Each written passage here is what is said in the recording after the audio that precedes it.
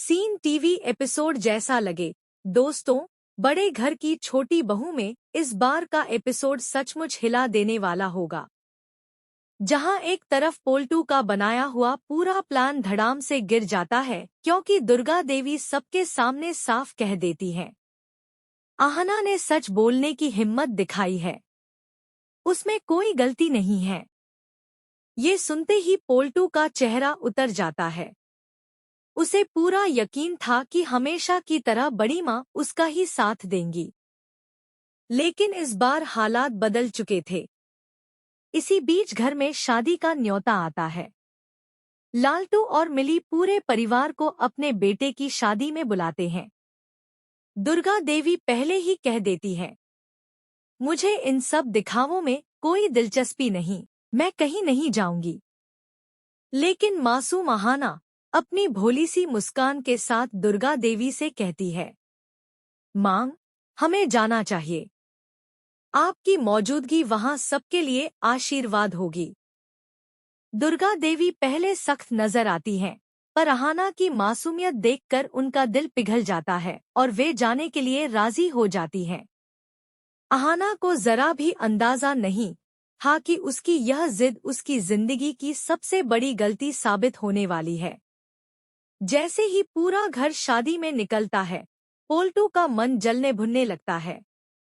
मौका देखकर वह आहना के कमरे में घुस जाता है। वह अलमारी खोलता है और एक एक करके सारी किताबें फाड़ डालता है। पन्ने कमरे में इधर-उधर बिखर जाते हैं। पोल्टू जहरीली हंसी के साथ कहता है, अब देखता हूँ कैसे पढ़ाई करेगी तू। अब तेरे बाबा का सपना कभी पूरा नहीं होगा। रात बीत जाती है। अगली सुबह जब घर वाले शादी से लौटते हैं, तो सबसे पहले आहना अपने कमरे की तरफ भागती है।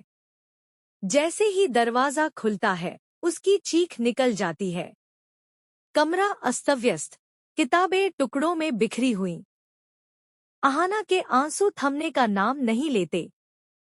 वह फौरन भागकर दुर्गा देवी के पास जाती है और रोते हुए कहती है, मां, मेरी सारी किताबें फाड़ दी गई हैं। दुर्गा देवी हैरान रह जाती है। तुरंत पूरे परिवार को बुलाती हैं और सख्त लहजे में पूछती हैं, ये किसने किया है? सभी चुप्पी साध लेते हैं, लेकिन पोल्टू की आंखों की घबराहट छिप नहीं पाती। दुर्गा देवी तुरंत समझ जाती है और गुस्से से गरज उठती है, पोल्टू, यही काम तेरा है। पोल्टू पहले बहाने बनाता है, लेकिन दुर्गा देवी का गुस्सा आसमान छू रहा होता है।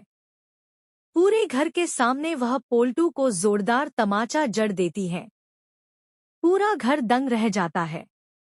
दुर्गा देवी गरजकर कहती है, आहना से माफी मांग और कल ही जाकर नई किताबें खरीद कर लाकर दे।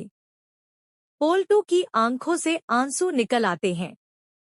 उसे लगा था कि बड़ी माँ उसकी तारीफ करेंगी, लेकिन यह सच्चाई किसी सजा से कम नहीं थी कि दुर्गा देवी भी चाहती है कि आहना पढ़ लिख कर अपने बाबा का सपना पूरा करे। सबके सामने पोल्टू आहना के पैरों में गिरकर माफी मांग लेता है।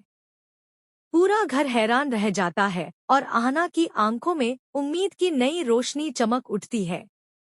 तो दोस्तों, अब सबसे बड़ा सवाल यह है, क्या पोल्टू सच में सुधर जाएगा?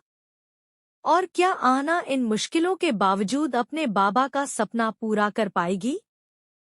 क्या आप चाहेंगे कि मैं इसको छोटा प्रोमो नरेशन में बदल दूं, जो सीधे टीवी एड की तरह 25 से 30 सेकंड में फुल इम्पैक्ट दे?